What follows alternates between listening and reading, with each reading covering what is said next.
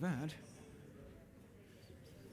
1, 2, 3, 4, 6, 7, 8, 9, 10, 11, 12, 13. Good morning. Thank you very much for being on time. We're actually pretty good. We're missing a few, but let's get on with it. So, ladies and gentlemen, friends and new friends, thank you very much for joining us at CleanEquity 2021. And again, this year's welcome extends way beyond the room. We have our partners, H.S.H TV in Dallas, who are broadcasting this live to the world as we go from here. So anybody around the world who wishes to join can do so. We have all learned a huge amount about resilience in the past 18 months. Not only our children have been learning from home, but I think a lot of us have been learning from home as well. We've all learned, I think. And furthermore, societies around the world have actually demonstrated that when there is a big issue to deal with, it can actually be dealt with, and people come together and can focus on it. Over the next couple of days, I think we're going to continue to learn from each other and be even more productive than we have been.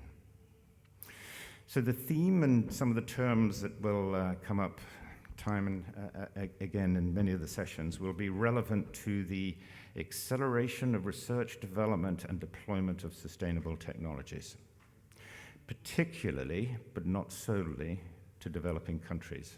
So in other words, who needs it most? We need to know who needs what the most and be able to get those technologies to them and to be able to develop technologies that nobody knows about that can do things that nobody knows about. So those two things we have to be in balance. And this year we are joined by some very serious players who will be able to help us actually achieve that. That food chain is so important. The sourcing, the selecting, the developing, and the implementing, that has to be coordinated. Otherwise, it just doesn't happen. As always, there's some housekeeping issues. I think most people here were with us last night. We have to wear the mask standing up. So drinking is allowed only when sitting down or lying down, please. And for those of us in the room, when you have the urge to ask a question, there is a microphone over there by Hannah. I think that's the one over there. There, okay. Thank you very much. We do have a very tight timetable. We're a few minutes behind already, but we shall certainly catch up. So please heed the timings on the agenda. The sessions do start promptly, obviously apart from this first one, but from now on they will do. Tomorrow, His Serene Highness, I think it's now absolutely certain that he's not going to be able to join us. He is in Tokyo. It was on again, it was off again, the date was changing and everything else. He's on the committee there and he's doing as much as he can to help. So unless it all shuts down today and he flies back overnight, he will not be with us. But we do have a special message that he's given us. Hannah, please.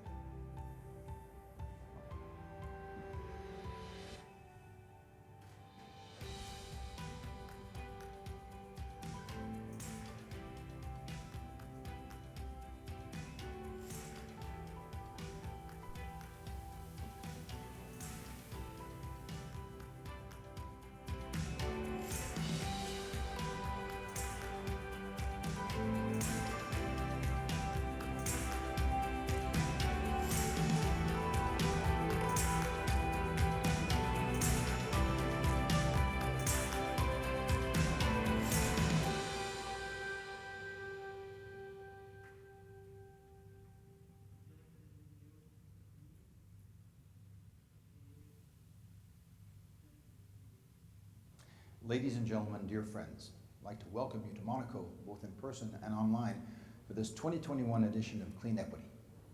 Once again, your participation confirms your trust and commitment to the CleanEquity project. Over the past decade, it has been a pleasure to participate in this conference, as it has always been instructive with the opportunity to meet fascinating people committed to the United Nations Sustainability Development Goals and making the world a better and fairer place. This last year has shown us just how interconnected the world is, as the COVID-19 pandemic spared no one. It has also reminded us how much progress can be made when committed people come together for a common cause, as multiple groups brought vaccines to market in record time.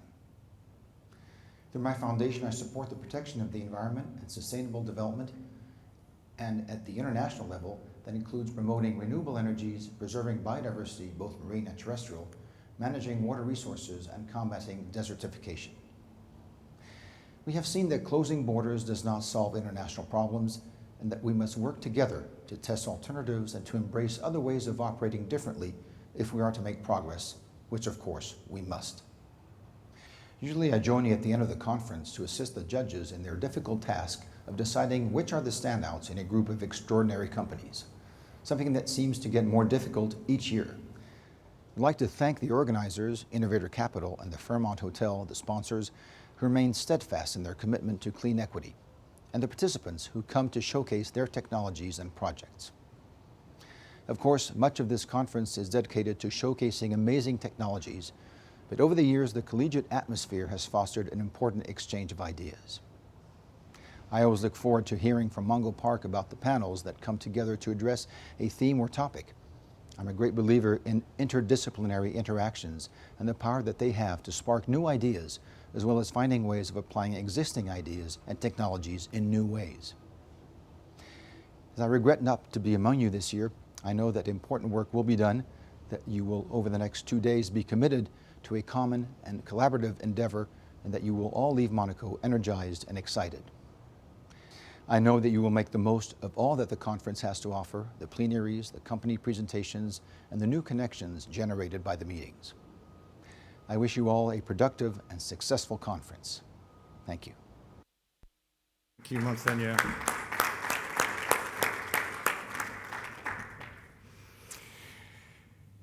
So the award ceremony tomorrow, a special guest will be His Excellency Bernard Fautrier, who's actually he's a minister plénipotentiaire, and he was one of the co-founders and set up the Fondation Prince Albert II at the very beginning, some 15 years ago. So if anybody is traveling with a partner or friend and they're not registered and they would like to come to the award ceremony tomorrow, please just have a chat with Ilona on the front desk and we can register them. They are most welcome to join us. Lastly, and by no means leastly, a big thank you to our sponsors who did not flinch and absolutely stuck with us through everything to make sure that CleanEquity 21 actually happened. Covington and Burling, we thank hugely, been with us now for 12 years. Cision, previously PR Newswire, been with us for 10 years. Taranis Fuels was actually a company that, sorry, this is just a touch too loud. Taranis Fuels, a company that was actually a presenting company here, producing alternative industrial gases, is not able to be with us because they are literally ready for takeoff. The board is now beefed up by many people from Linde, which is the largest industrial gas company in the world, and Wilbur Ross just joined the board. So he was the US Secretary of Commerce from 2017 to 2021. So Taranis Fuels, we wish you all the best. Sorry you're not with us, but we understand why. EarthX, 2nd year. Cranfield University, 6 years. And first-timers, MIT Solve. This is, obviously, we all know who MIT is. And they specialize in innovation and social impact, so we have plenty in common. The Monaco Tourism Board, who were our hosts last night at the cocktail, and of course the Fairmont, particularly Estelle Coquelin and her colleagues. Thank you very much to the Fairmont. Now it's time for me to stop talking and hand over to our co-host, the Monaco Economic Board, particularly Deputy Chief Executive Justin. Thank you. I'm not going to take hands. Thank you very much, Mungo. Indeed, good morning, ladies and gentlemen, dear Mungo. We are very pleased indeed to be here today, and also since the very beginning of CleanEquity, and would like to thank warmly Mungo and his very dynamic team for this great event, despite the numerous challenges he must have faced. Your event has made Monaco the capital of clean tech in the world, well, at least for the next couple of days. Thanks to you, Mungo, the conference brings about one of the world's leading clean tech gatherings, and moreover, in a hybrid manner. I am Justin Hyman, Deputy CEO of the Monaco Economic Board. Just to give you a brief overview of who we are, the MEB is the government's... Not working. Sorry, maybe next slide if possible. The MEB is the government's operational arm for promoting Monaco's diversified economy, as well as its international business community. We have several missions, the first one being one of a Chamber of Commerce, with about 550 members, but very dynamic and very internationally orientated, and all from all sectors and sizes. The second is of an investment promotion agency, thank you, the Invest in Monaco side of things, whose role is to attract new entrepreneurs to the Principality. So if any of you are interested in learning more on how to set up in the Principality, please do not hesitate to come and see us over the next couple of days. We also have a role of coordination of all the different entities, but also all the spheres of Monaco, to optimize our soft power, and especially when we go abroad, what we call Monaco coordination. This is because we believe that Monaco has much to offer, and not just on the business side of things, but also on the cultural, scientific, sports, and now also the clean tech field of activity. Indeed, Monaco has embarked, as you know, on the journey of digitalizing its economy through its unique program, Extended Monaco Smart Principality, which was set up just over 2 years ago. Since I last spoke to you, several new initiatives and measures have been launched. For example, the Sovereign Cloud this year, which will store and protect even further our data. We have in parallel opened an e-embassy in Luxembourg to back up all this data. The Principality will become the first European country to have its own sovereign cloud. As you know, security is part of Monaco's DNA. By creating a sovereign cloud, we're adding an additional level of security. It will give us also more upgradability, flexibility, processing power, and storage capacity. We have also launched very recently digital ID cards for our nationals in residence. Some 38,500 people live here in Monaco, and with over 140 nationalities represented, in addition to the digital signature for all. This will also enable more secure identification and save times for users. It will reduce the number of different usernames and passwords required to access the various online services offered by the princely government, Monaco City Hall, or even private organizations, and also, finally, offer better protection for all personal data and clear management of user consent. Finally, several laws on the blockchain technology have been carved out so that a new legal framework for security token offerings, for example, and blockchain technology in general has been implemented. And we hope to welcome new entities in these new fields of blockchain, but also of data, cybersecurity, STOs.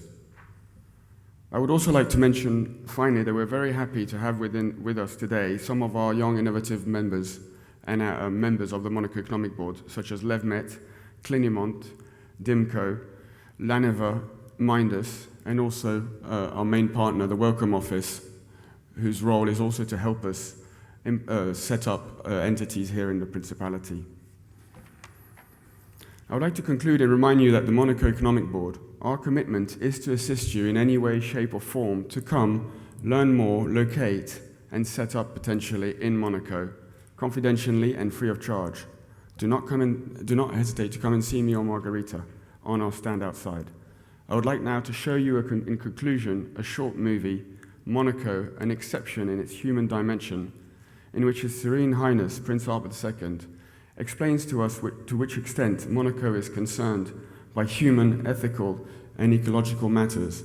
As he just mentioned, progress is not good if there is no sustainability.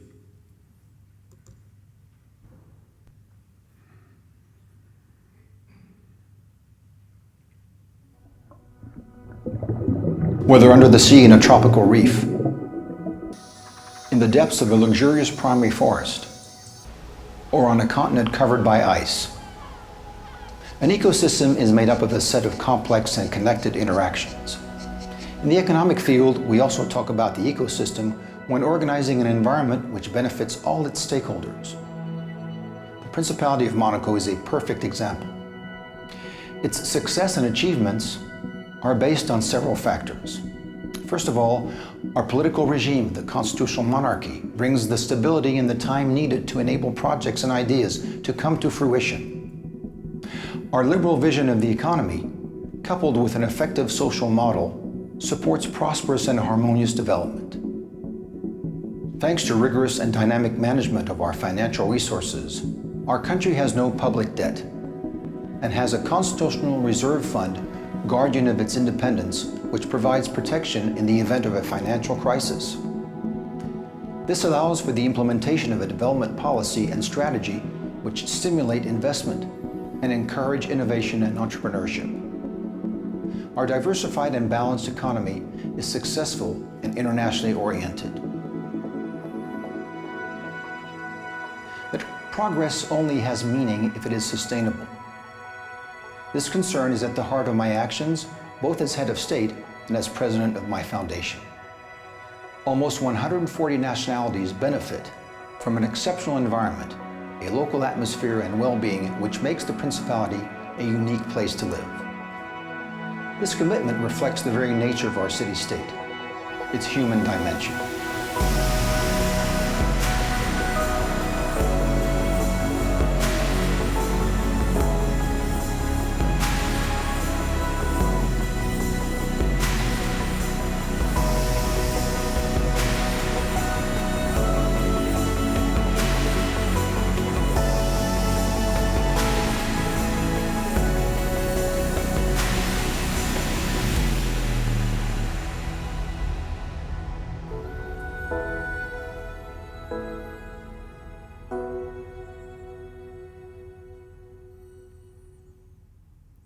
Thank you very much. I would like to thank you for your attention and wish you a fantastic 2 days in Monaco, full of debates, business opportunities, and exchanges.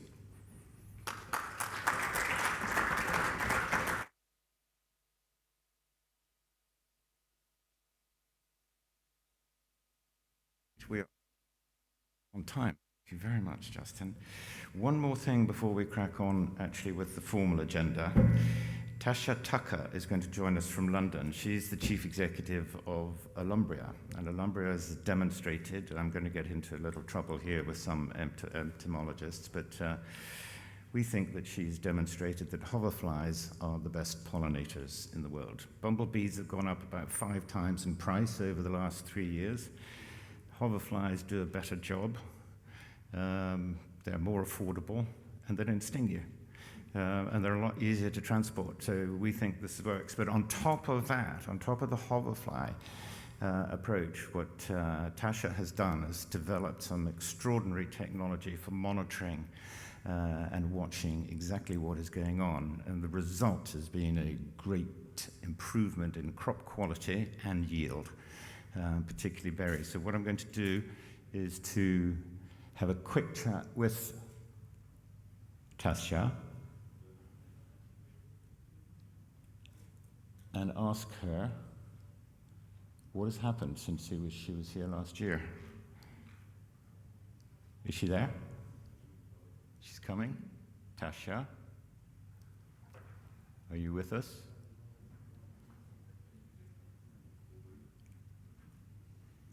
No. Sorry about this little technical hitch. No? We can't find her? Spoke to her last night. Anyway, she is right in the middle of the season, her most difficult time, and is thank you. There you are. Yes. Can you hear me? I can hear you. Can you guys hear me? Can we drop the volume? We certainly can hear you. We're just dropping the volume a little bit. Oh, was that really loud? Sorry. No, it's not your fault, not at all.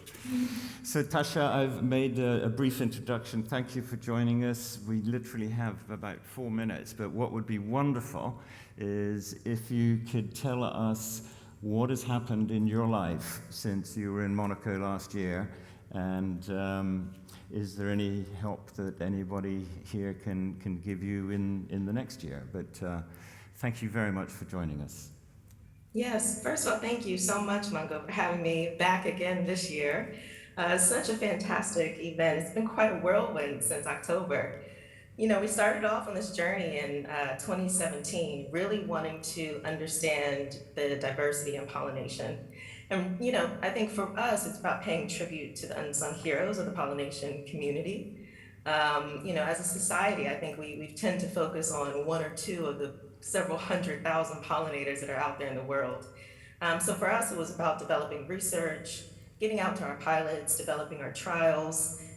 In October, once we won the research in the field of innovation and technology, you know, we were able to close out our seed round of funding, which was very exciting, thanks to Innovator Capital and some fantastic investors as well. So we're quite excited to have them on board. And as you said, Mungo, we're right in the middle of the pollination season. So we've been out with large-scale growers in berries, strawberries, raspberries, and blueberries this year. So these are large-scale growers throughout the UK. We're specifically focused in polytunnels. I think one of the challenges with the system that we have now in pollination is really about, in different environments, we're using polytunnels, glass houses. The more we start to experience these dramatic environmental concerns, we need to start to figure out how to balance that. So we know the hoverflies are incredible pollinators. They already do about 30% of the world's pollination. Yeah. They're better in high altitudes, cold weather, rainy weather. So the type of environmental concerns we're experiencing this year is the perfect spot to start to look at a wider range of pollinators. So for us, it's really been about developing those paid pilots that we have with the growers, starting to scale our technology. We work with an incredible group of researchers at the University of Greenwich, throughout the UK, and the entomology departments and chemical ecology departments. So since October, we've really been able to build our team, expand those networks a bit further. Some of the great contacts that we met at your event last year are still around and supporting us. So it's really been fantastic since then. That's super. Well, we're delighted. But you're also doing business with some pretty serious names too. So yeah, in addition to small and very important farmers, you've got some of the biggest names in the industry that you're working with. So congratulations. Well done. We are very, very, very proud.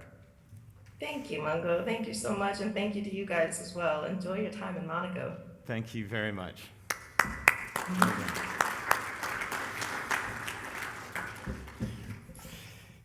Isn't that wonderful? It's a real treat for us to be able to demonstrate how things have gone, particularly last year when it was the first conference that we had was hybrid, and it was in the middle of the pandemic and everything, so that was good. So, we are now smack on time. Hannah, who stole the till? Over to Dave.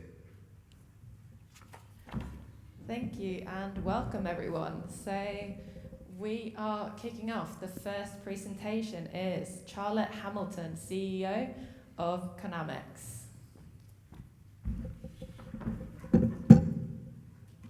Hello, good morning everyone. So hi, I'm Charlotte Hamilton. I have the honor of being the first presenter here, which is, I suppose, a bit of a dubious honor. I'll do my best to keep us on track. I'm the CEO and co-founder of Conamix, and we're, for the very first time, in fact, for the very first time, am talking about this company publicly today at this event. So I founded the company in 2014, and since 2016, we've been working on what is the toughest problem in batteries. So we specifically work on lithium-sulfur batteries to make automobile lithium-ion batteries much, much, much cheaper. So we've been in stealth mode since 2016, and I'm here to tell you about what we're doing. So if someone can advance to the next slide. Or maybe I can. Let's see. Oh, I can. Great. All right. So all my fonts didn't load, so I'd like to... That happens, of course. But this is my co-founder, Bart Riley, and a certain F1 driver. So Bart Riley couldn't be here today. He and I co-founded the company. He's the CTO of the company. And this slide's just a little bit about the history of lithium-ion. So lithium-ion has been the leading energy source for renewable transportation, and it became the source for the KERS system in 2009. The very, very best lithium-ion power source, meaning how fast you can get the power out, which is of course very important for F1 racing, was the nanophosphate technology that my co-founder Bart Riley led as the CTO of A123. So working with McLaren in 2008 and 2009, they launched the first successful reliable KERS system, the kinetic energy recovery system, for F1 that actually led to some wins for the gentleman pictured here. Next up for lithium-ion was winning on the anode side. So a lithium-ion battery is like a sandwich. It's got an anode on one side and a cathode on the other.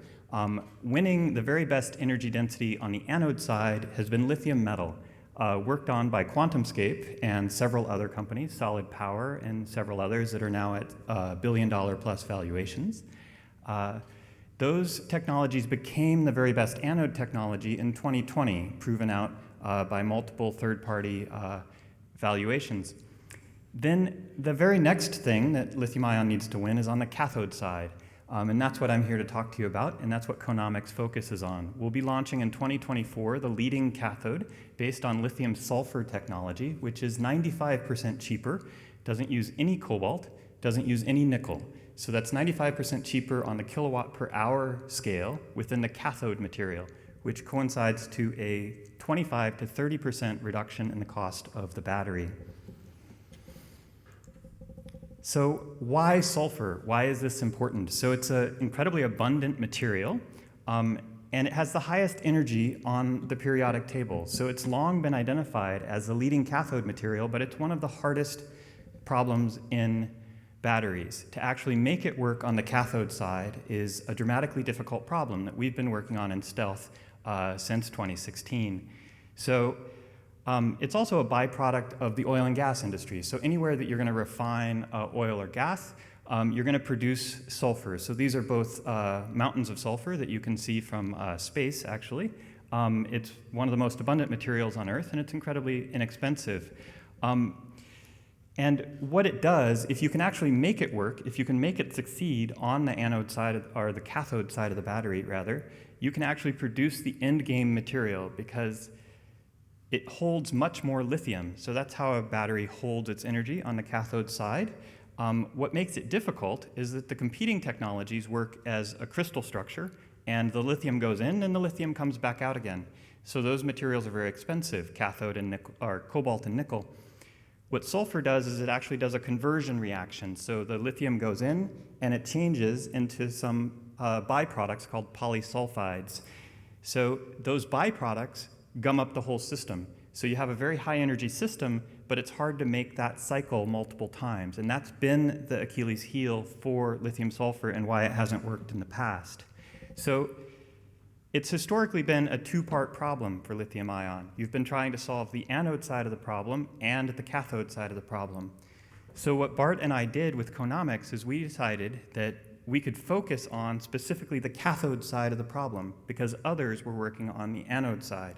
So you've heard about solid-state batteries for the lithium anode side. Again, QuantumScape, Solid Power, many of the large battery OEMs are working on this.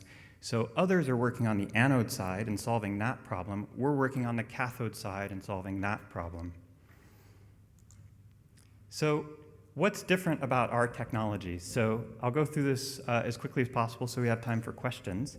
But we started with key academic innovations. So this is actually my third venture-backed startup company from Cornell University. So we started with technology from Cornell. We're based in Ithaca, New York.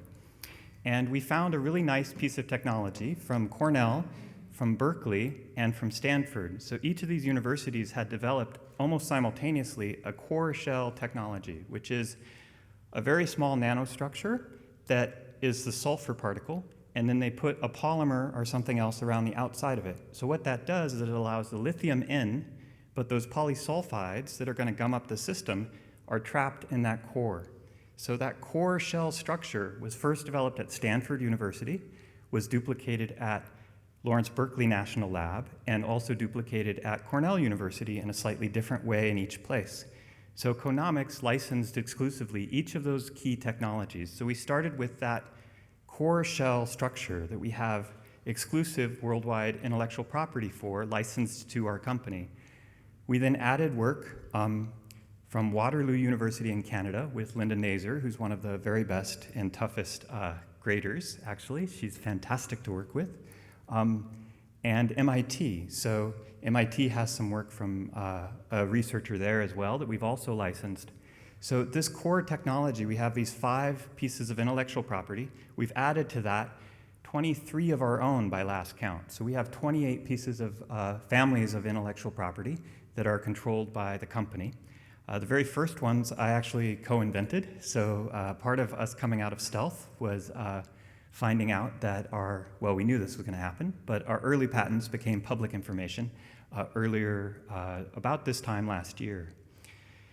So knowing that we had this technology, we could time it against the anode side of the battery, and then we added a whole bunch of other innovations. So it's not just enough to have a core shell structure, because the technology works a little too well. You actually trap the material too well, and you can't get access to it. So what we had to do was figure out a way to open up that material, which is what we've done, and everything within the cathode side of the battery has more than one function.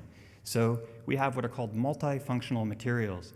So we also have this protected particle along with things that have more than one function on the lithium ion side. They can intercalate, or I'm trying not to use too many chemistry words, but they can actually hold lithium as well as trap the polysulfides.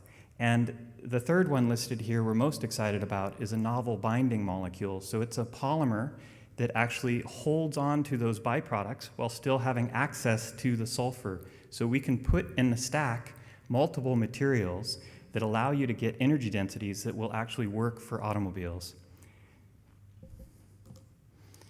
So this is just a little bit more about our intellectual property. Those are the 4 primary categories of our intellectual property across the cathode all the way to the anode side of the battery. And the intellectual property is actually protected by my coworker, Jay Farmer, who built the intellectual property portfolio for my first company, which is Novomer. We sold part of that portfolio to Saudi Aramco in 2016 for $100 million. And they've just launched a new material. But these pieces of intellectual property address every piece of the battery structure. So again, you have a cathode on one side and an anode on the other, and then you have an electrolyte in the middle. So we have protection across each different piece of this battery in order to hit commercial level targets for the first time for lithium sulfur. So what's the basic value proposition other than that I didn't send my fonts to the organizers? So apologies here. But if you have a 95% lower cost cathode, so on the left you have the competing materials. If you've got an electric car now, it is running either NMC or NCA on the cathode side of that battery. Those are cobalt and nickel-based materials. They cost between $20 and $25 a kilowatt hour, and they're increasing in cost over time. Our materials cost less than $1 per kilowatt hour. We basically use sulfur and carbon, so they're incredibly inexpensive. This 95% cost savings is not going to transfer to a 95% savings in your battery, because the battery is only 30%, roughly 27 on this chart. About 27% of that cost of the battery is the straight up cathode material cost. It's the bill of materials cost for those cathode materials. So if we can reduce that by 95%, we have the ability to actually drive profitability for lithium-ion batteries. In that situation, you can actually accelerate the adoption of electric vehicles globally, which is what Conamix is working to do. So the cost numbers here, 27% is actually a conservative number. We've seen estimates as high as 60% of the cost of current lithium-ion batteries being related to strictly the cathode material. So there is currently no path to world-scale profitability for electric automakers if they move 100% of their production to electric vehicles, because those batteries are simply too expensive. So here's our product roadmap. So right now we have single-layer pouch cell batteries. So we make batteries that are about this big, and they're tested in our facility in Ithaca, New York, and we're working on a B round, which is what I'm here to talk about. We closed $2.5 million. There's a slide about this in just a couple of slides. But this B round takes us into 2023 and delivery of something that can be third-party validated.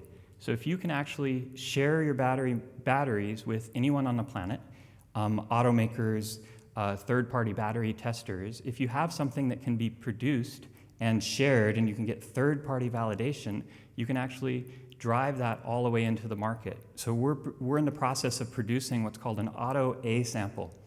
So the automobile industry uses what's called an IPQP process, which is a 4-stage process of A, B, C, and D samples. It takes a minimum of 4 years to actually get a material into a car. So we plan to launch by the end of 2022 an auto A sample, specifically targeting city cars, which are lower energy requirements than, say, your Jaguar or your Tesla Model S. So the full energy performance to be in every single car on the road is further in our time map. So that's in 2024. So we'll be seeking investment now, additional partnerships, and third-party validation of our technology in the coming years. So just a little bit about the connections that we have. So these are some of the companies that everyone associated with our company has worked with before. Some of these we have active partnerships with under NDA, but all of them are aware of what we're doing to one degree or another. So a lot of them are personal connections from Bart Riley, my co-founder, and myself. The targets that go with the products are not something we discuss publicly, but I'm happy to talk about that individually with folks. But the targets that we have set for the Auto A samples in 2022 and 2024 have been worked out and vetted at the highest levels of the world's largest automakers. So they're aware of what we're doing, and they see a path towards actual profitability across their product if we can hit our targets. So our adoption rate will be tremendous as we further develop the technology. So here's a little bit about the team. I'm the CEO, founded the company, and my first company was Novomer, which is a catalytic chemistry company, uses CO and CO2 to make polymers and chemicals. So really interesting companies, had quite some success. Bart Riley is my CTO and co-founder. He apologizes he couldn't be here today. We weren't sure if we could make everyone here with COVID, but Bart couldn't be here. But he's a CTO and board member. Together, we're the largest shareholders in the company, just by a little bit, and also 2/5 of the board of directors. He was the co-founder and CTO of A123. He led that company's technology to be a multi-billion-dollar product, and it was one of the first successful new materials introduced into lithium-ion for automotive globally. He then led the technology for QuantumScape, which is a technology working on the anode side of the battery, and did a SPAC IPO last year at a $3.2 billion valuation. So Bart's been our CTO and co-founder for a number of years. Stephen runs our R&D. He's from DuPont and GE, and he worked originally with the professor who actually started the technology at Cornell University. Stephen's in Ithaca right now, making sure everything's running on time. Jay is also in Ithaca. Jay runs our intellectual property, so he's the single best intellectual property professional I've ever worked with.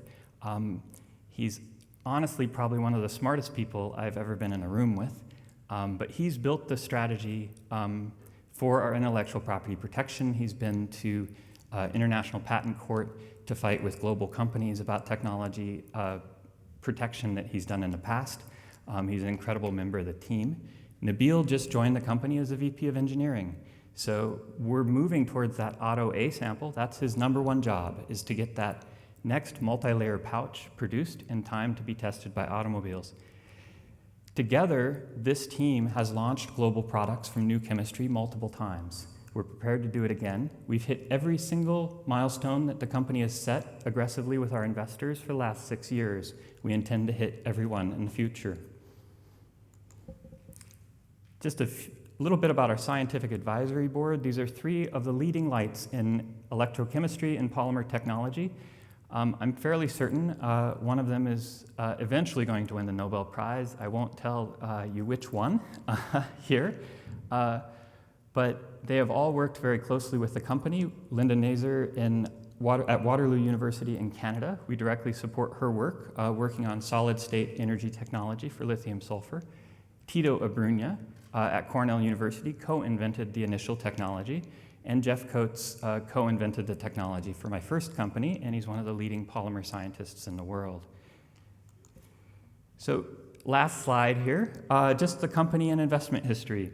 So previous funding, we've had a seed round and an A round from Volta, Hegemon, and New York Ventures. It looks like I'm at time, so I'll actually stop, but we're raising a $6 million round. We've got $2.5 million closed, and we're looking for another $3 million. It's an inside round, so we're very realistic about the valuations that we have, and as I say to student groups, no one ever died from dilution, and we're prepared to bring in the right investors to help us move to the next step. So with that, I'll open it up to questions. Our goal with the company, why I started the company, and what I tell my children is that I'm going to get our material in every car on the road. And we're positive that we'll do that with our technology, and we'll make a huge difference. Thank you for your time.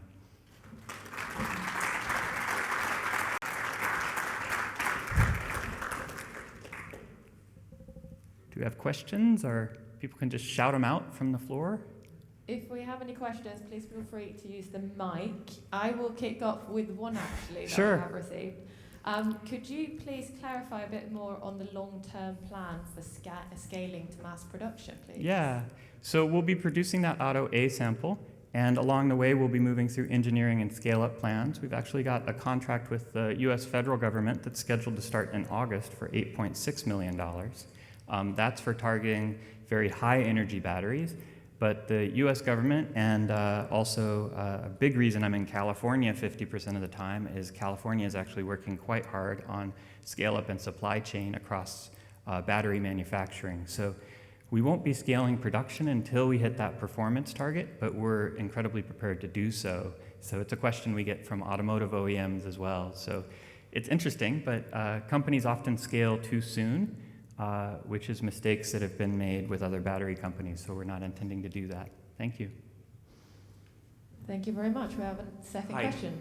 Hello. Yes, I have a quick question. My name is Chris Barone, and obviously automotive is a huge industry for lithium-ion batteries and other kinds of batteries. But the question is, what about other applications, grid scale batteries or consumer products? Does your company have designs on those markets as well? Yeah, I'm asked that question routinely. The automotive market for electric vehicle batteries is over $1 trillion. So we're focused exclusively on that.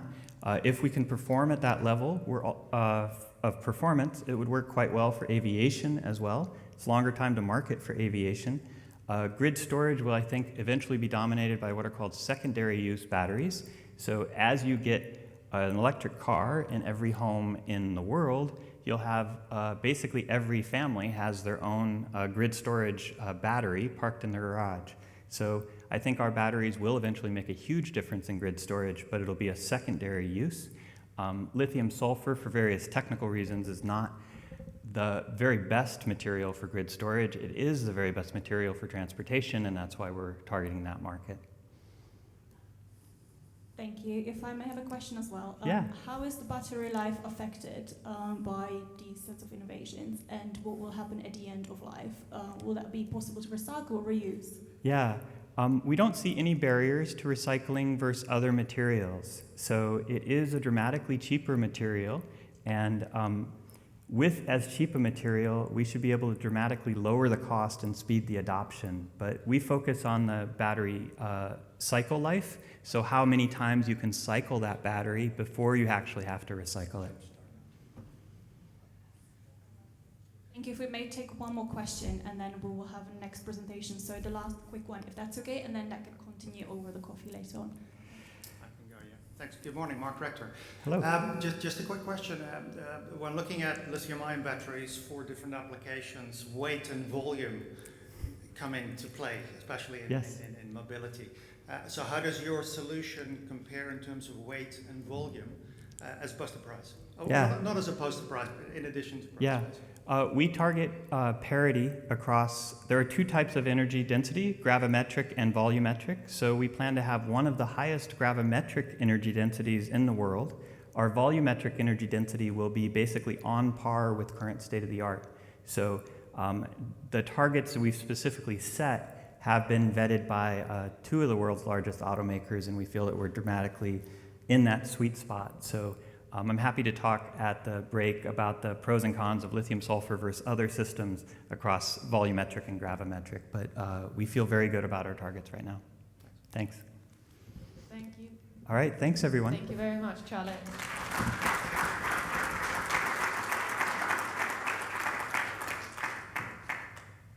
Next up, we have Kevin Lang, CEO of Agerpoint.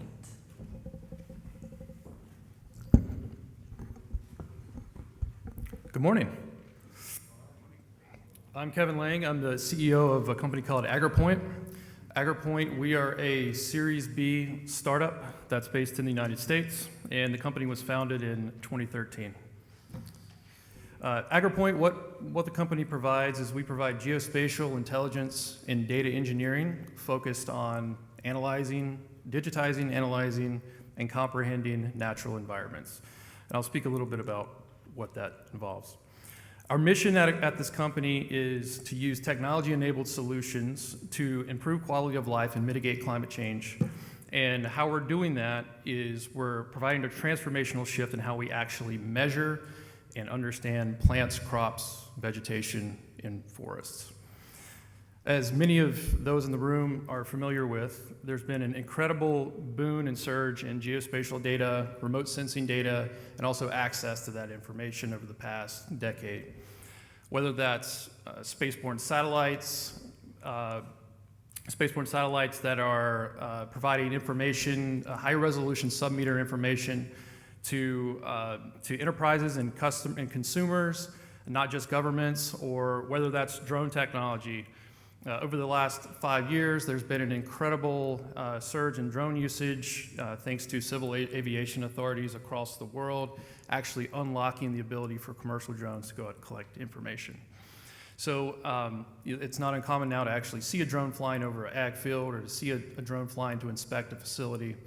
And with that information, there's been an incredible amount of data that's been beneficial for the agriculture space for vegetation environments.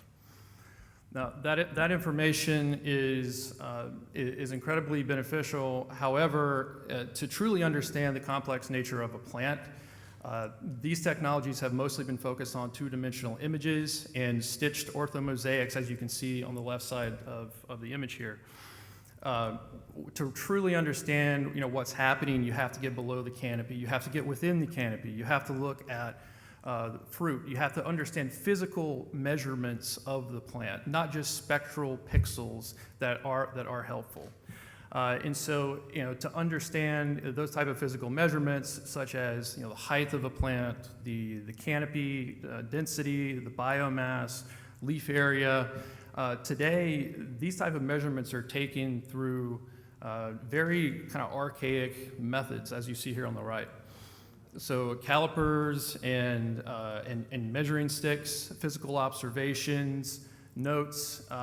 It's a very labor-intensive process, obviously done in a lot of harsh environments, sunny environments, lots of work. So, there's a major gap here which Agerpoint is addressing.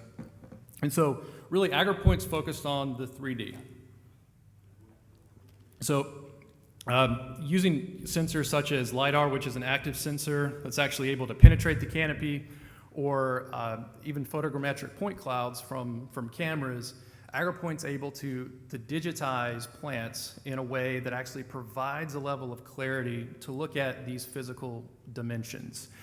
And the company has been focused on, for the first part of the company's existence, really focused on what are the methods that we can actually employ in the field to get this data, to get the accurate point clouds, the fundamental underlying information that we can use and fuse with other types of geospatial data or other physical observations or soil samples in the field to create value and understand these plants.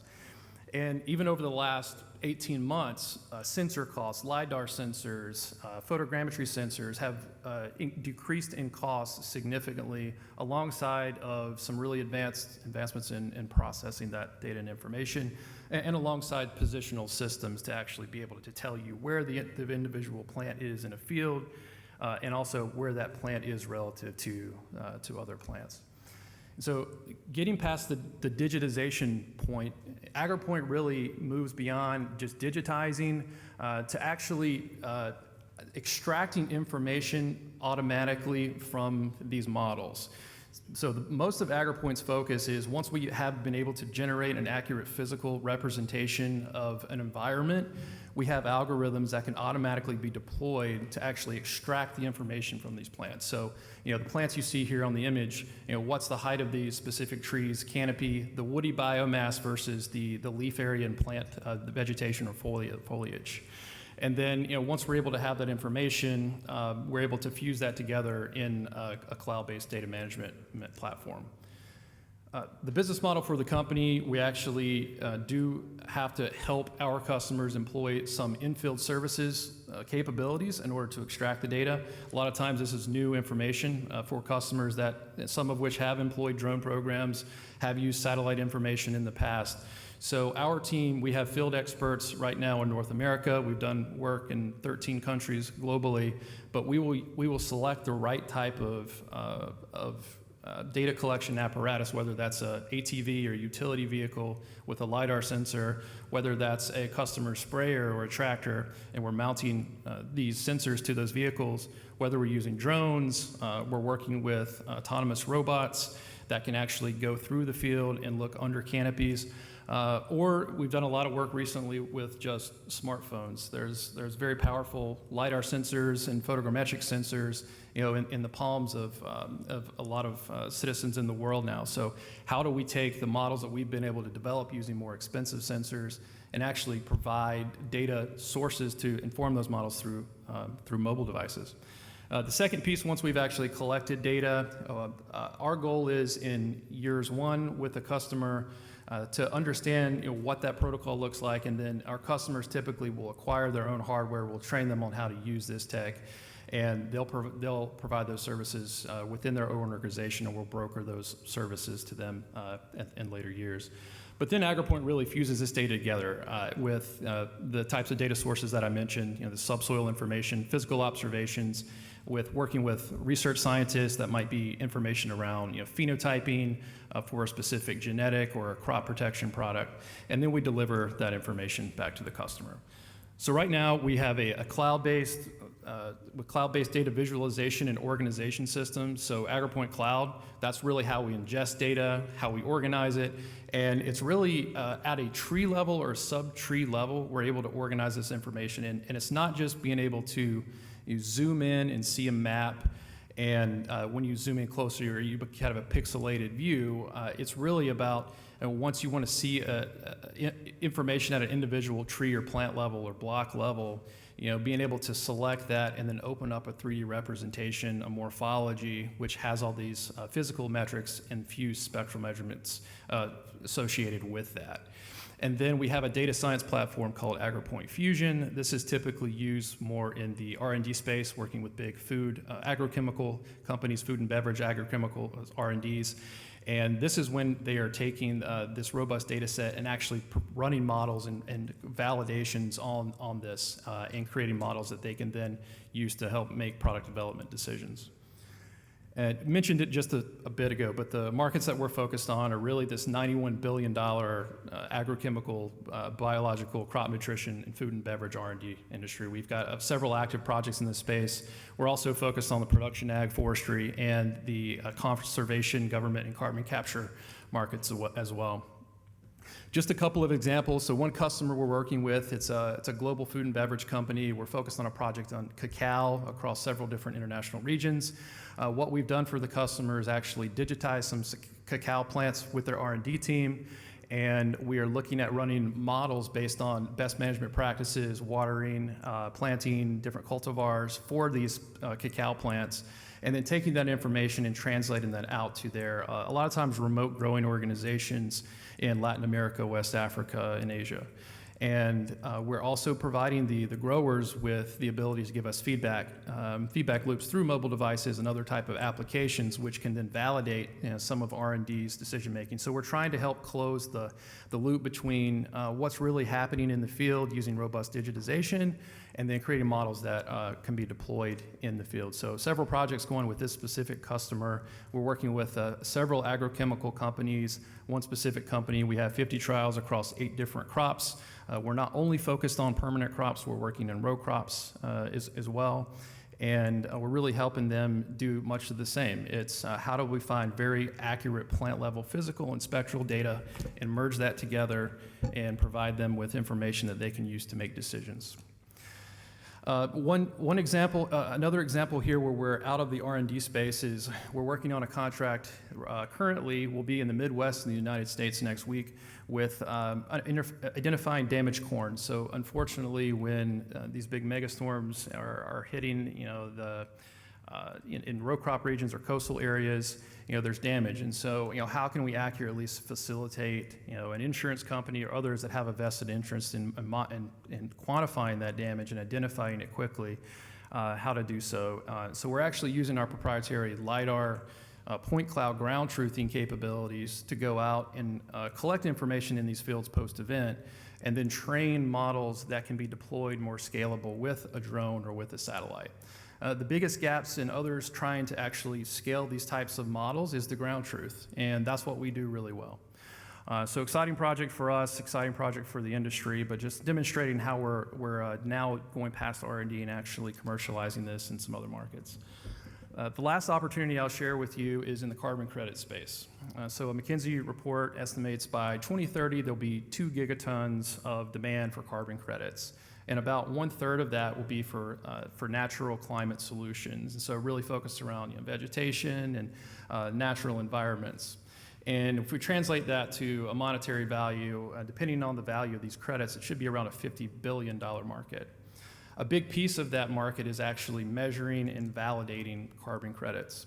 So as this industry is emerging, there's been several pain points that have actually come out of this. So the same very archaic manual methods to understand physical dimensions of a tree, when you're trying to go out and set up a carbon project, those exist as well. So how many trees exist in a forest? How do I stratify that environment? What's the species diversity of those trees? How large are the trunks? How large is the biomass? It's incredibly manual right now, and what we're finding in this space is that it's just creating a lot of uncertainty and really a lack of transparency into the end buyers of these credits. And just recently as well, Microsoft rejected a purchase of about $5 million credits because of some concerns over this validation piece. So Agerpoint's actually using the technology we've already proven in the R&D space to apply this to the carbon credit space.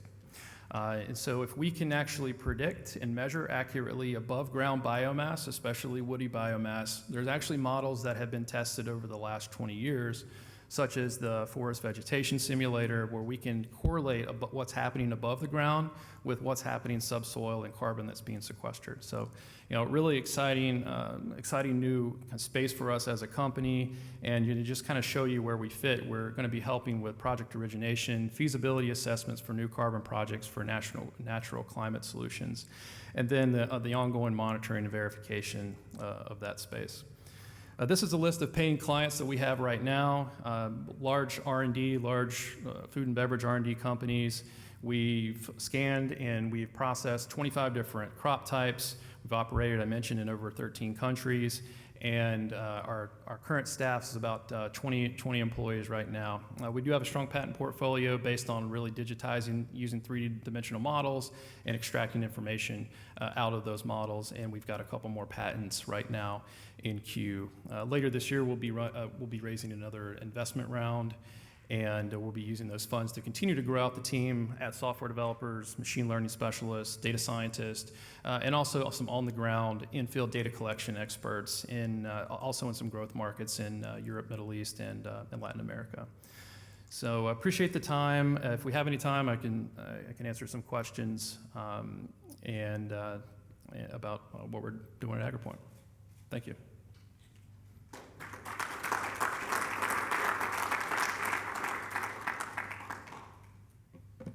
So are there any questions from the audience? Please feel free to come and use the mic again. Happy to kick off from our side. Could you please expand a little bit on your patent situation? So as I understand, they're mostly within the US. Would you let us know if there's other jurisdictions that are in the pipeline for you? Sure. Most of the work that we've done, I'd say in 2019, we actually had a pretty large presence in some projects in Latin America and Asia, just due to COVID constraints and travel, and the fact that Agerpoint was collecting a lot of the data back in 2019 and 2020 during COVID.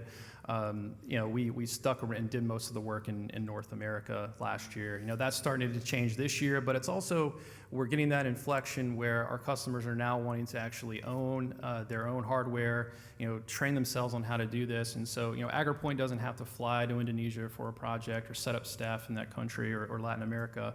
We train research scientists and others at these locations to collect that information for us. So that's going to really enable us to be a global company, but really enable us to focus on the analytics, receiving data, processing it, organizing it, and then supporting with data science for custom model development as needed for those customers.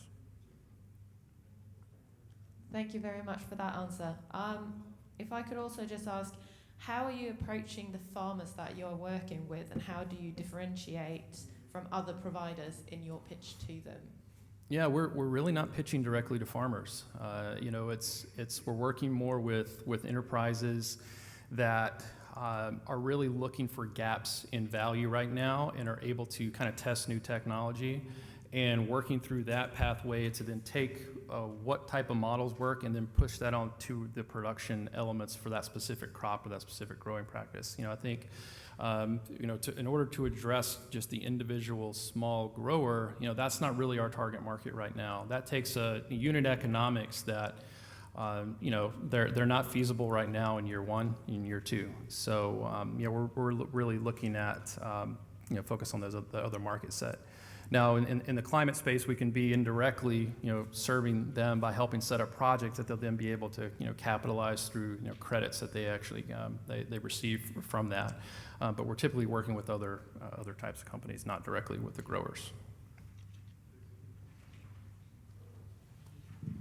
Hi, Yvette Go, Capricorn Partners. I just want to ask, can you say a little bit more about your business model and the payment model going forward, and what exact stage? You mentioned a lot of customers that you work with, and you mentioned that you're going to do projects with them, and you have done R&D stage. Could you be a little bit more specific on sort of the scale of the project you've done and how your business model, your payment model towards these customers works? Sure. Yeah, the payment model is typically a service model for Agerpoint to provide services to train, and then broker hardware, and then we have a subscription to our Agerpoint cloud software, and also separate products, data use subscriptions or data use payments for the data science portions. The projects that we're working on now, our model is to work with clients across, really deeply across different crops and across different regions. And so we'll set up technology evaluations. For example, we have a new client this year in the United States that we started a project in wine grapes. We started another project in pistachios. We now have three other projects with this customer. And for each one of the different crops, the three-dimensional data is useful for a different reason. And so, the portfolio for that client is let's expand across crops, and then, let's pick in year 2 how we're gonna, how that customer can actually obtain hardware and do this at scale, and we can work with them through our subscription software and data science. I'd say most of the customers we have right now are in this, phase 1 of technology evaluation, or phase 2 where they're purchasing their hardware, and we're supporting them through ongoing data science in our platform. The value of actually taking data and collecting it, but actually organizing it and managing it, such really resolute three-dimensional data by plant, and associating that ID and tracking that specific plant, even from the greenhouse, over time to the field, is extremely valuable for these type of customers. And we do have projects that we're actually, looking in the greenhouse and having single plants models and tracking that plant in the greenhouse, and then making decisions about what we should bring out. So it is a service-based model that's hybridized with a SaaS component, and then transitions more into more standard software and SaaS in years 2 and 3. Who would you see as being your closest competitors? Because there are quite a few companies that actually collect this kind of agriculture data. There's a lot of companies that collect agriculture data, but most of the companies are focusing on satellite and drone imagery, because the scalability of that was just the place where everyone went, right? And so we actually took the harder path, and we focused on how do we get the most resolute data. And now that the sensor costs have really gone down and caught up for us, we have this inflection point now where we can start to scale that. And some of these providers that are actually developing providing satellite imagery at scale, or analytics, or drone analytics, they're also missing the ground truth element to enable their models to be successful. So, you can have thousands of acres of 2-centimeter resolution drone imagery, but if you don't know exactly what's happening to that plant to train a machine learning model, then the model's going to break down. So those are actually customers of ours too, these technology providers, where we can help enable those models, or we can do that ourselves and own the models that we're building, because they're going to be better. So a lot of people in this space, but not really that's focused on the 3D piece of it, and then fusing the other data that's easier to get with the 3D componentry. Thank you. Thank you. Thank you, everyone. Here in Monaco, we are now breaking for coffee. Please, everyone, be back at... Welcome back, everyone. I hope you enjoyed your coffee break. We are now moving to Flavian Alexandru, CEO of Hypervolt.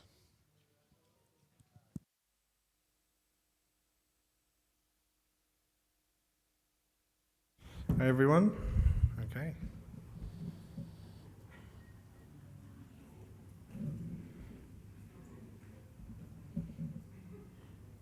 We're ready to go, yeah? So yeah, first of all, thanks for coming and giving us the 15 minutes this morning. I'll tell you a little bit about our project and kind of product that we put on a very subpar display on the 2 seats there. But we're an EV charging manufacturer, so you may have heard of kind of competing companies, but I'm hoping to tell you why we're a little bit different and why we should be here today. So opportunity space, probably very clear to a lot of the people in the audience. Obviously, the world's going to EVs, and I think we're finding that different countries at different pace. We've got interesting pockets of growth in places like Norway and places like the United States. Stuff is heating up, beginning to catch up. But overall, we're in a very, very early market. So I think the average market penetration percentage of battery electric vehicles in kind of the top 5 European economies is still below 3%. So UK, one of the first, one of the foremost developments, let's say, in the EV market, is still kind of barely achieving a 3% penetration. And that, I think, is a combination with hybrid cars as well. So, it's very early in the world, and it's going to be probably a 20, 25, maybe a 50-year process for technology to kind of mature, reach the right economies of scale, and kind of make it into everybody's garage. So That's what we're preparing for. Started Hypervolt with this very long-term ambition of, where could we be not in 2 or 3 or 4 years, but maybe in 20 years' time, and how big is the problem space to tackle, on a planetary scale, and what are the issues. Obviously, you can only do so much as one company, so we tackled this very specific aspect of, how do you provide the best charging solution for customers at home, customers, commercial customers, residential, and kind of building up to that long range. So our philosophy has been, don't roll out, don't bite what you can't chew quite yet. So we've started small with a small product that you can see there, kind of designed for the house, low R&D cost, very quick to scale up, and kind of building up our capabilities as we go along into bigger, more ambitious R&D projects, more ambitious software. So the ethos of the company is quite unique in our industry in that we've been very, very aggressively oriented to do everything in-house. And it sounds stupid to a degree, but it turns out to be the right solution in this space, because what you want is, you want to be the guy that builds the hardware and the software. And it turns out that gives you quite a massive edge versus everybody else, doing little bits of, let's say, gap filling in the market space. Being a young market, a lot of early contenders, a lot of people who've been in it maybe for 10 plus years. There's big examples, in the US, Agerpoint, in Norway. But what you tend to find is, numerically, if those companies were oil companies, they wouldn't be bragging about their market sizes. So it's good to keep a view that this is not a solved problem. Economically, it's not a solved problem in terms of known contenders. And I think, the best successes we've seen so far in the competitive landscape, they're mostly SPAC deals. So I think SPAC deal is the official acronym for deal with the devil on Wall Street. But a bit on the market there. And that's our product. So normally it's lit up, it's got an LED strip, and kind of the design of it was not to be clunky and, or super techy, but rather to give a very clear visual language to a customer of, any background, any tech savviness, any age, if you will. How do you interact with a new product? And the problem you face with any new market is you have to educate the user, or the consumer is not educated as to what is the differentiation. If I come out with a smartphone in my hand and say, look, we're a new smartphone company, any of you in the audience can say, well, how many gigabytes have you got? Is it Android? Does it do this? Does it do that? How big is the camera? How do you do that with a charger? You've got a small subset of the market, which we call recurring, and it's people who have typically already owned a car or an EV, and they tend to be very astutely aware, I need this and I need that and I need certain features. What you find, though, in a new market, people look for kind of these trust symbols. So what is my car maker telling me to buy? Or are other people that I kind of perceive as an authority telling me to buy? And there's not a lot of discerning going on quite yet, because it's a new piece of software, it's a new piece of life, if you will, in a way. Because if I were to ask any one of you, how much did you spend on petrol over the last 10 years? There's probably very few that could answer, What was your total consumption? Whereas in this landscape, it's now become kind of a standard expectation that you can pop up an app, and it's going to tell me exactly how much of my energy was solar, how much of my energy came from wind, how much of my energy was, sourced from a grid, but from a sustainable source. So the level of average consumer expectation has gone up massively. And the other trend that you'll see, all those people on the planet that used to go to fuel pumps and petrol stations have now got a fuel pump at home. And it turns out if they do less than 100 miles a day, which describes most of the population, they're not going to go to an equivalent petrol station, unless they're taking the kids to see grandma, and that's twice a year. So a little bit about our founding team, not too much. So my background's in software, which is really good. It's my second company, although the first one is was a smaller ambition. I mostly wanted my Ferrari to be red, which worked out. But kind of building on to bigger things, we've put together a founding team that kind of crosses every vertical of what we need to do. And I think what's a little bit great about our company, and maybe even transcending the founding team, is that even at an early stage, we had access to kind of very high caliber network, especially in the engineering space. So our third co-founder there, used to be one of the higher ups in Google. So in terms of network of engineers and the quality of the product, and especially the software, which is, I guess the easiest to get wrong or to undermine at an early stage, we're doing fairly well.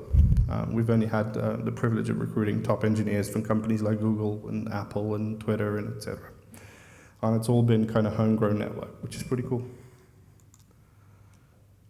We've managed to launch in-house like a complete application suite, so pretty fast. We've done this in about 12 months, so all of it. We tackle Android, we tackle iOS, and the app has been there for a while, and it's kind of one of the better received in the industry. It's very responsive, so we broadcast the fastest connectivity or latency to edge devices in the industry, which is sub 50 milliseconds. So by the, from the time you press a button to the time you see something happen, that's kind of the thing you see. And there's a good reason for that. Now you can play with LEDs and watch them change color, which is cool, but not particularly useful. The bit of it that is useful is you have to imagine a world where the grid was never built to sustain millions and millions of cars. Or maybe the grid was, but the sub-distribution networks weren't. So the bigger problem people are going to have with mass adoption is how do they make things grid aware? How do you know what's going on in London, UK, and Southern California? How do you have a holistic view of energy demand relative to your generation capability in a particular geography, right?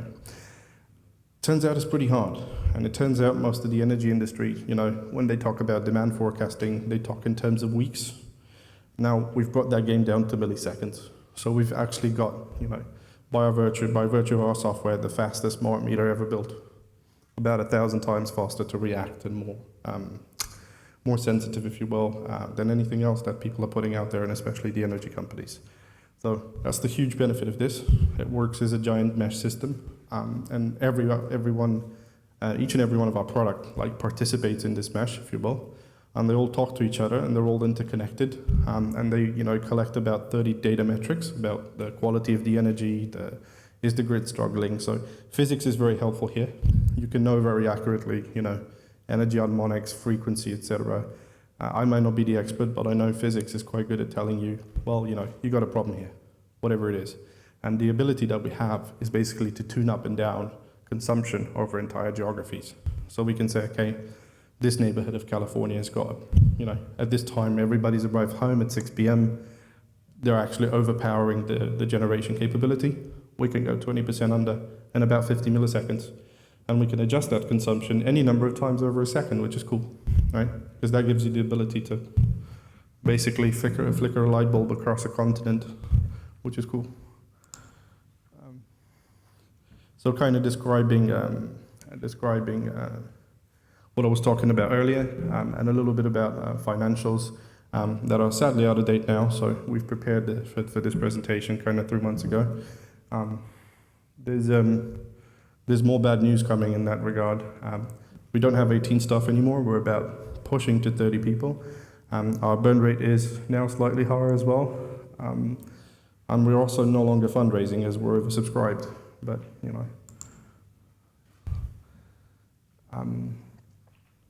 so the idea is for us, we started in a place where we now have a medium price product as far as the market is concerned.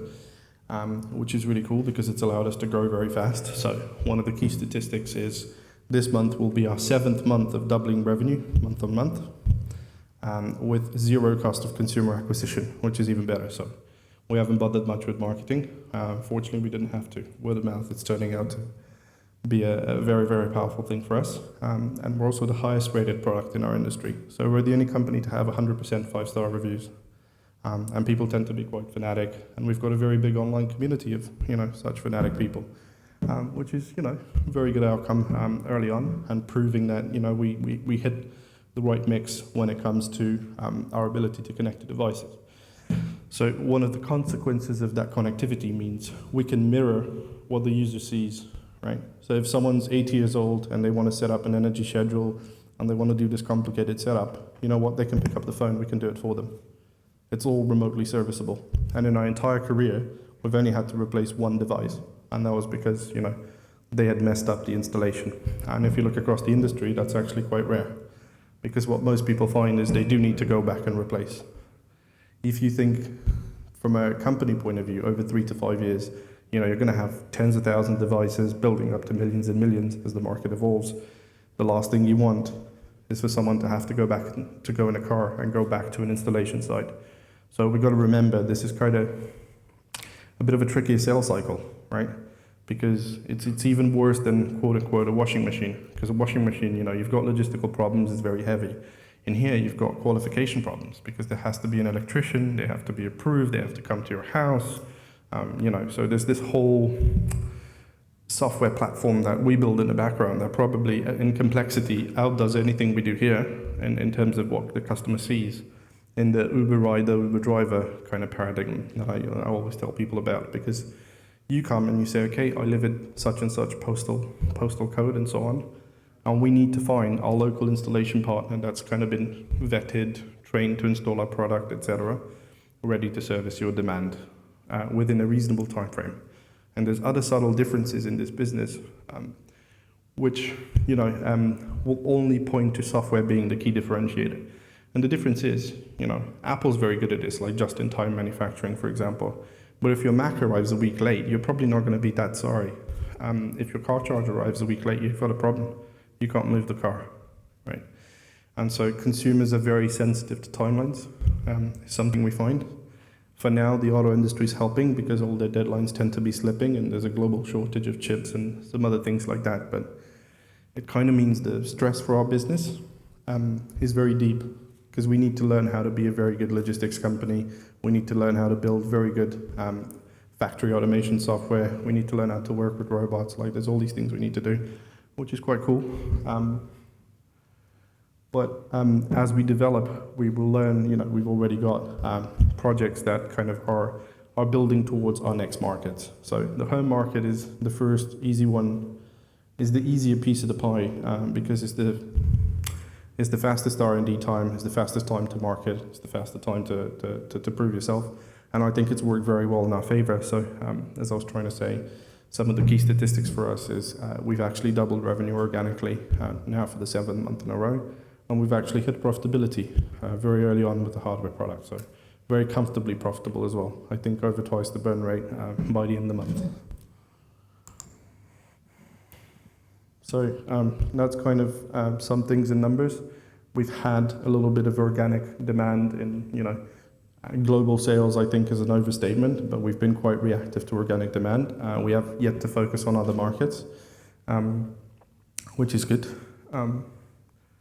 And we've actually won quite a lot of grants. So most of our funding has come, from our pockets, and it has come from government sources, which, very generously supported by people like Innovate UK, and hopefully now other projects within the European Union and so on. And I think by the end of the year, we anticipate that we will raise more money from grants than we might from actual revenue, which is pretty good. So all the values displayed there obviously are in UK pounds. I'm happy to say this PDF was produced about 10 days ago, so it's wildly inaccurate now. But it's good to watch revenue grow. I sit there and make people, please generate another report. And then we have 5 more orders come through. It's like, okay, now you do another one.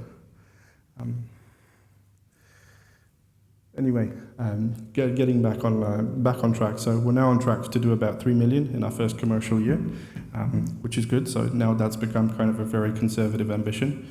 And I think as of this month, we are 10% of the UK OZEV market. So that's our current benchmarking, which is good with £2,000 spent on marketing and 6 months. So at this rate of growth, we would be the largest charging company in the world by end of the year.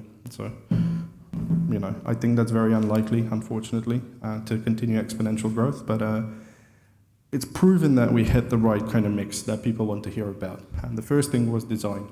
People really care about how the stuff on the side of their house is going to look, because it is their home, and people tend to be attached to their home. One thing we found is that people are so proud of how it looks, they show off to their friends, which tends to build a lot of business for us, because I saw something I like, and we get the best kind of economic factor in the world, keeping up with the Joneses. And that's kind of been a very big driving force for us, which is cool. I think we had a doctor buy a product, and then the rest of the hospital, the rest of the staff, probably bought 20, 30 more units from us over the neck of the ensuing 3-week period.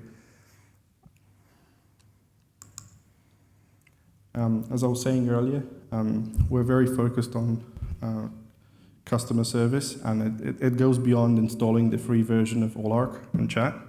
It means we do actually have a 24/7 support border. We use quite a lot of software to know who's calling, when they're calling, kind of cross-track.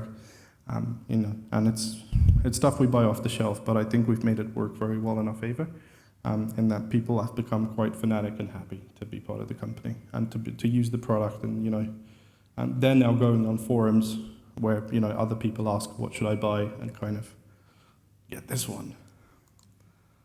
And this is a wonderful 3D rendering of things to come. So there's very different verticals of charging, as we described. And what we'd like to do is build this universe where you've got a single account, a single app, a single entry point into the world.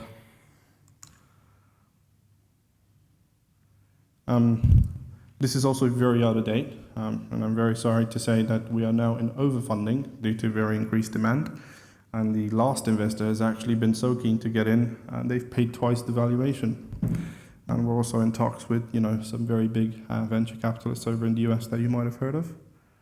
And as we've hit profitability, we're now targeting another 2-year period of organic growth rather than focusing on raising more money. And I think the ask here to the audience today is we plan to come over to the US very soon and kind of position ourselves as a US first company. I don't know if you know, but London's very rainy, so California maybe presents higher hopes. We'd look to partner with investors that could help at that stage of the growth, help us access the American market. So that's really the reason for me being here today. And I think, the good thing is we have already some very big names there. But the even better thing is we have not sold the house yet, so the big keys are still with us. I think the most we've allotted with shares is preference, but nothing else. Thank you very much, Flavian. Unfortunately, we have to break there to go to the next presentation.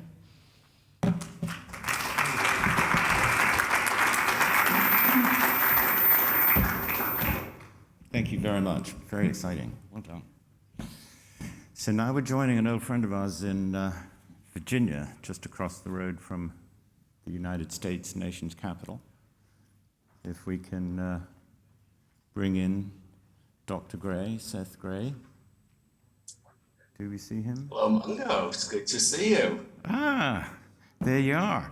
Seth, I'm going to just give you a 2-minute introduction, because a number of people have asked me, they've said, Mungo, why are you so enamored with Lightbridge and what they're doing?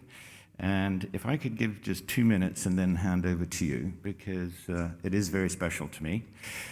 We met, if somebody had asked me 5 or 6 years ago, or told me 5 or 6 years ago, you're going to fall in love with nuclear technology, I would have said, forget it, absolutely no chance. And then I met Lightbridge. The biggest issues I had with nuclear were it's not safe, it's not commercial, the spent fuel is a pollutant, and the spent fuel can be used to make weapons. And absolutely, as far as I'm concerned, we're out, we're not doing it. Then I met Seth, and Seth said, well, we're doing it slightly differently. We're changing the fuel. We're not changing the reactors, we're changing the fuels. We are creating a fuel that can go into existing reactors and new reactors which are built specifically for our fuel.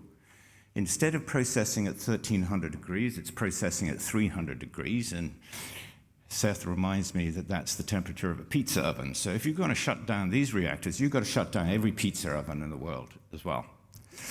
He also says that the revenue generated will be some 30% higher, and the cost will be no higher. In fact, when you build the optimum reactors, the cost will be lower because the balance of plant is different. This fuel has been rated by experts as absolutely impossible to weaponize. That is absolutely key to this. And furthermore, the technology for reprocessing fuel is now advancing to the point that seems it will merge with Lightbridge when Lightbridge comes on. Now, one of the things that I've been lucky about, I've spent 20 years working in the biotech industry, which means you can take 15 to 20 years to actually get something to the market. Seth, I believe, started this in 2011. We're now 10 years later, and my understanding, and this is what he's going to explain to you, is where the company is. I say we, because we have a very close relationship here, but where the company is actually in that certification process. And it looks like almost to the month, almost that it's going to be 10 years, then Seth will tell you everything else. But this is very, very, very exciting. And Seth was a winner 3 years ago. Seth very generously said, please, we do not want to be up for an award this year. There are many others who deserve awards. Seth has already won an award, but you're coming back here next year, okay? And you're going to be up for an award for a later stage award, definitely. I'll stop. Seth, thank you for joining us so early in the morning. Over to you. Well, thank you so much, Mungo. It's an honor to participate in CleanEquity again.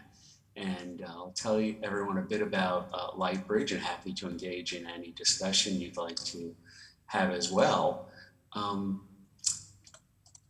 So at Lightbridge, we are one of the only pure play nuclear companies on the public markets. We're listed on the NASDAQ stock exchange in New York under the ticker symbol LTBR.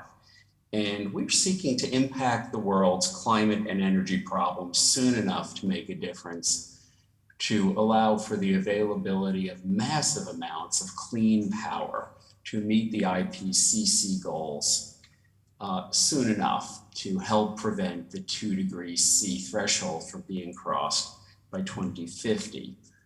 I'll refer you to our safe harbor statement and say that what you can see here is an image of some of the rods that we've produced, which look very different if you know anything about what is currently used in reactors, which are pellets stacked up inside tubes. There are no tubes with Lightbridge fuel. There are no pellets stacked up. This is a very high technology product with several zones within one extruded metallic rod that helps provide significant safety, economic, non-proliferation, and other benefits without a change to the reactor. This fuel can be used in the existing reactor and in new ones that will be deployed, including the small modular reactors that are coming. Here's a photograph of what the rods look like assembled into one fuel bundle that can be put into a reactor. There are different variants of the fuel bundles for different types of reactors in the world. And one of the benefits that this fuel provides is that it can help provide reactors with the ability to load follow, to ramp up in power very quickly, ramp down in power very quickly in ways that current reactors can't. So this fuel can allow the reactors to be paired with renewables on the electric grid. And as the sun shines or the wind blows or doesn't, or as demand comes online and goes offline as air conditioning is needed, et cetera, reactors with this fuel can very smoothly and quickly go up and down in power to match with renewables and power demand on the grid. As Mungo said, this fuel operates at a much lower temperature than the current fuel does in reactors, about 1,000 degrees Celsius cooler down the center line of the fuel rods. And that's part of what provides these massive safety benefits. Along the right side of the screen, you see some quotes that are currently on the United States Nuclear Regulatory Commission's website about Lightbridge fuel. One of them, that middle bullet, says, for example, complete retention of fission products means no burst release of these products upon cladding failure. You might have seen in the last few weeks that this is exactly what happened in a reactor in China, where some of the fuel rods broke and they had fission product gases with radiation released into the plant and apparently a bit into the environment. A similar incident, first of all, we believe would not happen with Lightbridge fuel, but even if it did, you wouldn't have that release of fission product gases and radiation. Just one example of a major nuclear safety regulator touting one of the benefits of Lightbridge's nuclear technology. And right now we're focusing on both the design and qualification of this fuel to commercially deploy it, as well as manufacturing of the fuel. And we're very fortunate right now to be operating under what's called a gain voucher from the US government, from the Department of Energy. And this particular gain voucher that we're working on right now is allowing us to design an experiment to insert fuel samples into the Advanced Test Reactor, which is the world's largest test reactor. It's at Idaho National Laboratory in the United States. 3/4 of these costs are paid in cash by the US government. 1/4 is provided in engineering time by the United States. And this will be to prove out the fuel in these reactor conditions for the parameters of this test. We are also, however, one of the only companies to be operating with 2 gain vouchers simultaneously from the US government. This week we announced signing the contract that will allow us to start work under this second gain voucher with a second US national laboratory. In addition to the work with the reactor at Idaho National Laboratory, we'll now be starting at Pacific Northwest National Laboratory, demonstrating our casting process with depleted uranium that the US government will allow us to be using in this process to demonstrate a key step in the manufacturing process of the fuel. So while we're qualifying it, we're also demonstrating manufacturing of it, which we hope will allow us to bring this to commercial reactors by the end of the decade. You've probably heard quite a bit about small modular reactors coming that are much smaller than the very large reactors, including some not very far away from Monaco in France. And these small modular reactors will have many benefits, including the ability to have the major reactor components produced in factories or shipyards and shipped to sites so that they can be deployed in very large numbers with much lower costs than deploying large reactors. And we believe that large numbers of small modular reactors will be necessary for many countries that now don't have nuclear power to be able to obtain it, to allow the world to achieve climate goals pairing with renewables on the grid. And at Lightbridge, we have a particular focus to help also bring our fuel to these small modular reactors in addition to the large ones. So with Lightbridge fuel, the small modular reactors can load follow, surge up and down in power with demand needs and as renewables come on the grid. But we'll also bring these tremendous nuclear non-proliferation benefits that Mungo spoke about to these reactors so that they could never be weaponized.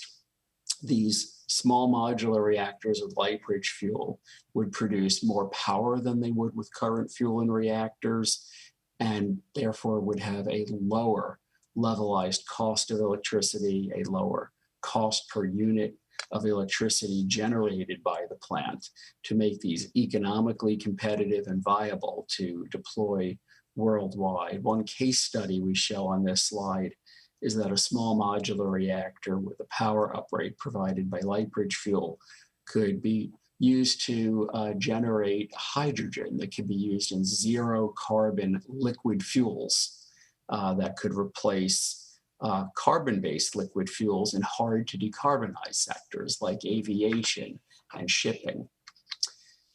This slide uses numbers relating to large reactors, which we believe will scale for the small ones as well, just showing how much money per year we believe a current plant would economically benefit in US dollars from switching from current fuels to Lightbridge fuels.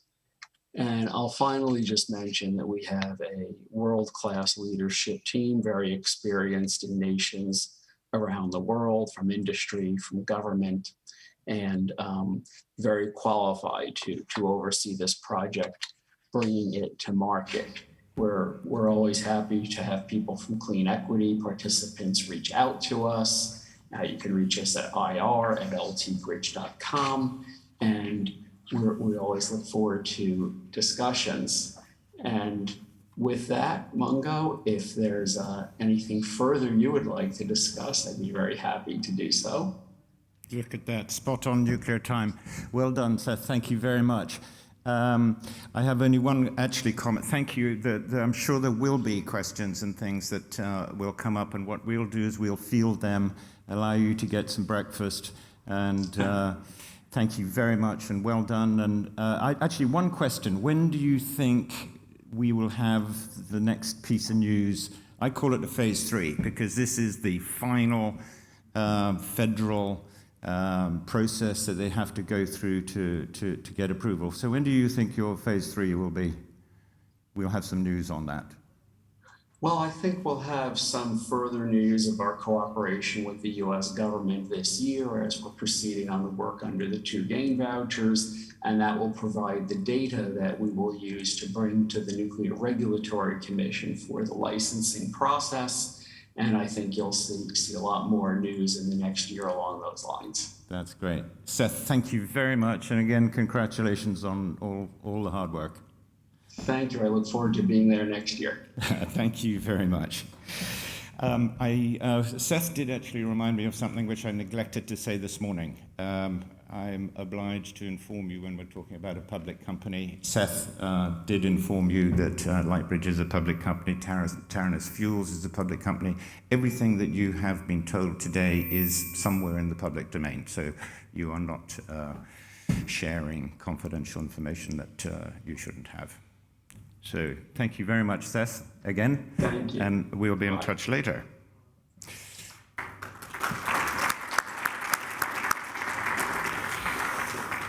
Now we are moving on to the Covington CleanEquity conversations. This is a further embracing of Innovator Capital's sort of a master plan, but dream, and that is to bring large organizations to come together, collaborate, cooperate, and be able to execute on that food chain, the sourcing, the selecting, the developing, and the implementing in 195 countries. And that is what 195 countries signed up to 5 years ago in the Paris Accord. And not one of them has actually done anything about that.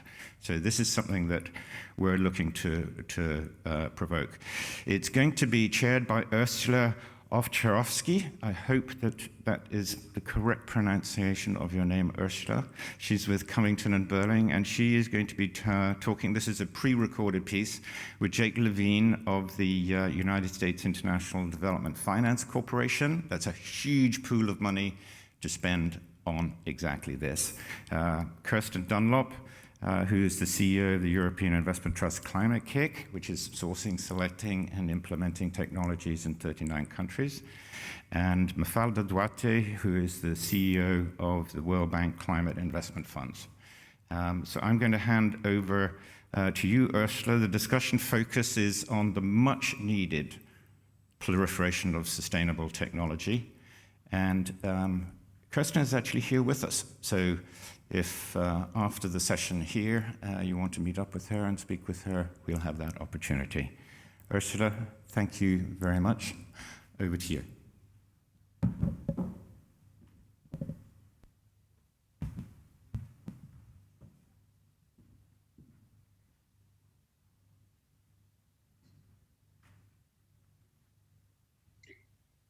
Hello, everyone. So it's my great pleasure to be here today with Mafalda Duarte, Head of Climate Investment Funds for the World Bank Organization, Jake Levine, Chief Climate Officer for the US International Development Finance Corporation, and Dr. Kirsten Dunlop, CEO of EIT Climate KIC, to discuss the role of sustainable technology in the developing world. So each of your organizations has a mission that embraces sustainable economic development with climate mitigation, adaptation, and resiliency as a key focus. And you each have funds that invest in these emerging sustainable technologies.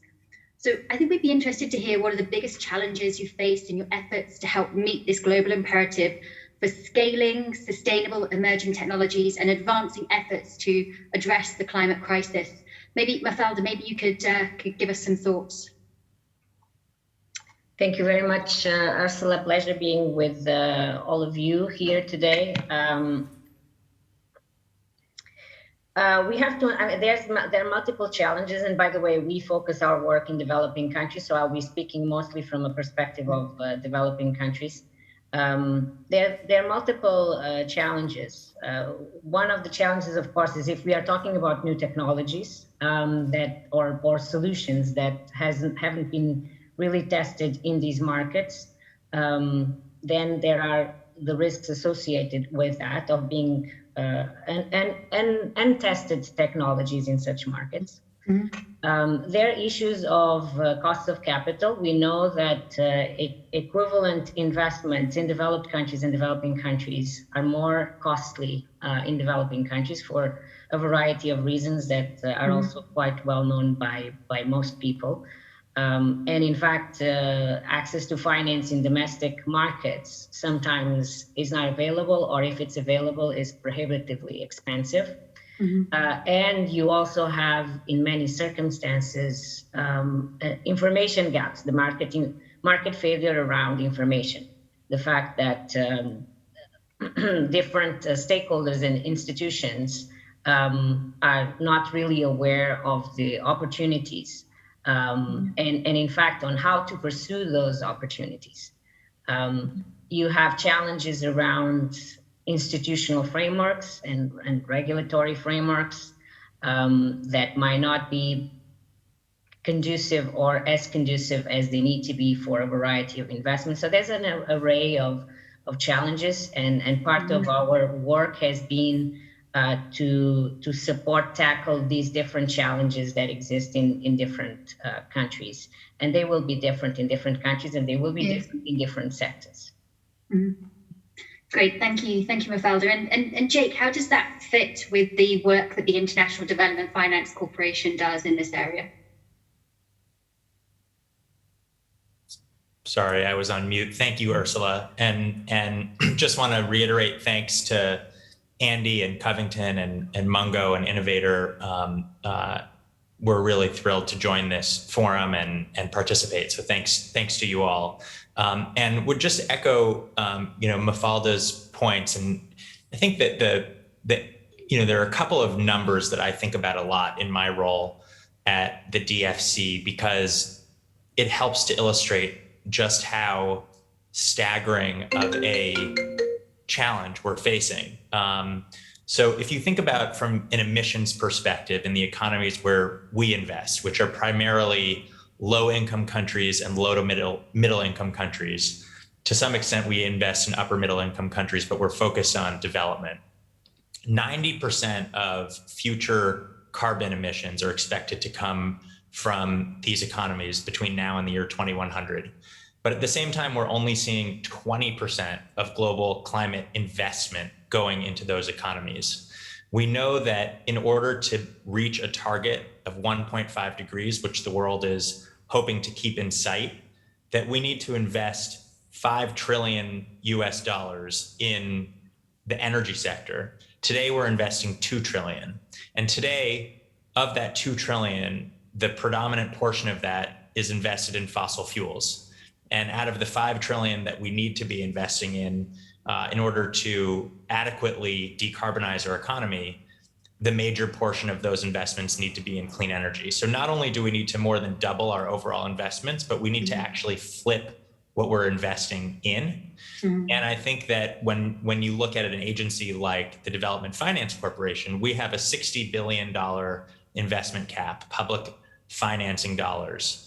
And if we're going to have any hope of actually addressing this challenge, the single biggest hurdle that we face, that I face from my perspective, is how can we crowd in private sector dollars to complement the work that we're doing, so that for every $1 that the US government is investing in a clean energy project overseas, we're mobilizing 2, 3, 4, 5x private sector dollars. And it's a real challenge because in these markets, you don't have the types of track records, you don't have the types of returns, and oftentimes you don't even have the right financial model in order to provide sort of a de-risk